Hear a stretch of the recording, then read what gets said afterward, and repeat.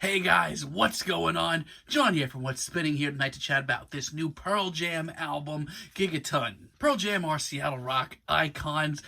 To be honest, not for me, man. This is a band that I've never really been that crazy about as far as I'm concerned. I do get it, though. I mean, their debut album, 10, I certainly do enjoy that album. It's a classic. But ever since, at least for me, things have been mediocre to bad as far as Pearl Jam albums go. Their follow-up Verses had some of my favorite Pearl Jam songs of all time, like Rearview Mirror, An Elderly Woman Behind a Counter in a Small Town. But some of the funk metal that plagued the rest of the album was pretty awful. And I don't really have problems with Vitalogy either. Actually, I think it's pretty solid. But after that, things get really bad. No Code is a blur of tasteless tracks. Yield sounded emotional at times, but really was void of anything of actual emotion. And by 2000's Binaural, I swear Pearl Jam didn't even sound like themselves. Now, I don't exactly like admitting it to friends of mine, but Riot Act isn't that bad. As a matter of fact, Pearl Jam showed some legitimate fire on that album. And you know what? Their self-titled album, for as crappy as it is, at least has good singles like Life Wasted. But since then, it's gotten even worse with Pearl Jam, seemingly.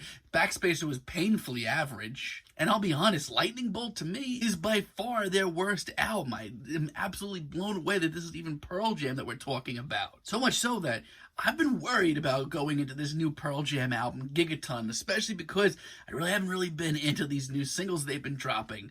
Let's chat about this thing. This album starts off with Whoever Said, and I'll be honest, I actually like some of the energy on this track. As a matter of fact, overall as an intro, I think this is actually pretty fun. When it picks up into an upbeat rocker, things get even better. I mean, it's kind of obvious right off the bat that Eddie Vedder's vocals aren't nearly as good as what they once were, but even besides that, I think this is a pretty decent opener. Also, those synthesizers, they're going to raise some eyebrows, but I don't particularly hate them. It's catchy, has a lot of energy, and my worst fear that this would be a little bit dragging isn't here, so that's great by me. It progresses really nicely, it has some interesting moments, and it's all done over 5 minutes, which from a distance scared the hell out of me, but this is pretty tasteful. And while I was originally kind of lukewarm on it, Superblood Wolfmoon has grown on me a little bit. I have a lot of the same feelings that I did on the intro here. It's a whole lot more upbeat, and once again, it has a lot of energy to it. As a matter of fact, in these more chaotic moments, like on this track, I think Eddie actually sounds better. Now, lyrically, this album is mighty preachy, and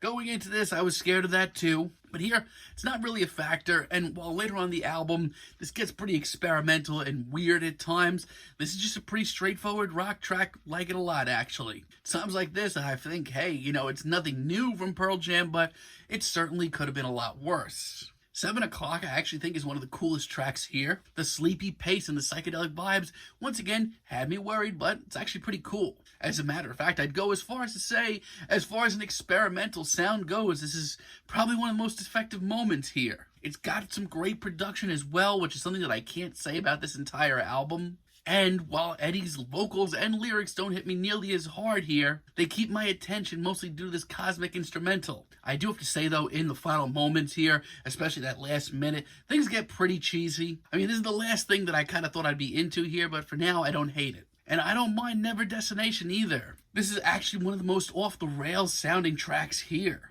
I mean, you can go out on a limb here and say that Pearl Jam are trying way too much to sound like they did in the early 90s, but I'm not pissed off listening to this, even if it is nothing radically new. Oh boy, but let me tell you, when this album is bad, it is downright awful. Dance of the Clairvoyance, when it first dropped as a single, I was not into it. I'm still not into it. At first, I thought that the funky riff was actually kind of interesting, but the rest of this track is just awkward. Eddie's vocals here for a change just come off incredibly annoying. I mean, I genuinely don't know how we came here. Like, the first couple of tracks on this album were so fired up and so rowdy and off the rails feeling. Now, all of a sudden, we're just into this mode where Pearl Jam are desperately trying to find this new sound, but missing the mark completely. Not to mention, this track is so full of itself. Lyrically, this is just perplexing, and instrumentally, this is just making me want to aim for the skip button. Quick Escape is really sloppy.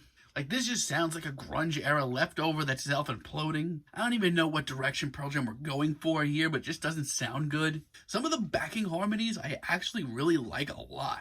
But the rest of this track is just a sloppy mess, trying to make some bold statement, but it can't because it's constantly falling apart. And no, not even in an exciting way. all right, follows these tracks, and the last thing I needed right now was a slow-paced, awkward lullaby of a tune. And let me tell you, this is just really, really hard to listen to. Here, Eddie Vedder sounds like he's about ready to fall asleep, and it's really hard for me not to fall asleep, honestly. It's moments like this, and look at this more experimental, left-field approach that Pearl Jam are taking to make me want to head for the hills. It's not heartfelt, it's not even artsy, it's just boring. Buckle Up, once again, just does not even sound good. Look, I'm all for an older band taking some new risks, but this literally sounds like Pearl Jam screwing around at practice. It's infuriating. Eddie's vocals, I swear this is some of his worst here. The backing vocals aren't much better. To be honest, this is by far the worst thing that this album has to offer. And in the final moments of this album, things get even harder to decipher. Take the Long Way is really complicated. As far as the instrumental goes,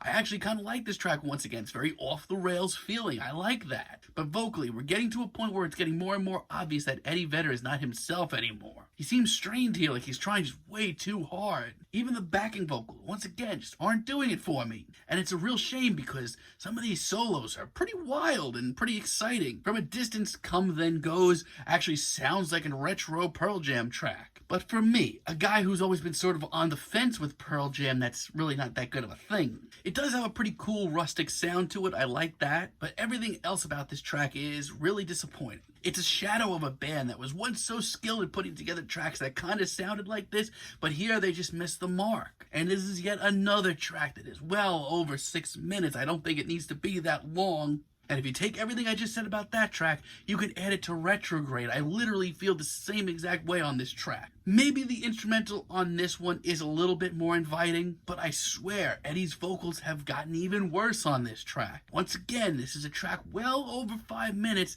that absolutely does not move me emotionally at all. And then at the end of this track, it just kind of fades out into this boring mess of just nothingness. I'm just not into this. And then we have River Cross, this album's finale, and like, what the hell happened to the energy of this album? It's gone downhill fast. It's just so drawn out, and the fact that Pearl Jam think that this is some big artistic statement is pretty laughable. There's moments on this track where Eddie doesn't sound that bad as far as his vocals go, but this instrumental here is putting me to sleep as I'm sitting here chugging my coffee. So, yeah, this might not be the worst Pearl Jam album. It's probably debatable. It's certainly in the argument, but this is just easily their most frustrating release because they're coming to the table promising a new experimental sound. And you know what? There are a handful of tracks here that are exciting and interesting and could have been a bold new start for Pearl Jam, but the rest of this album is exactly what they've been doing for the last 30 years, but much slower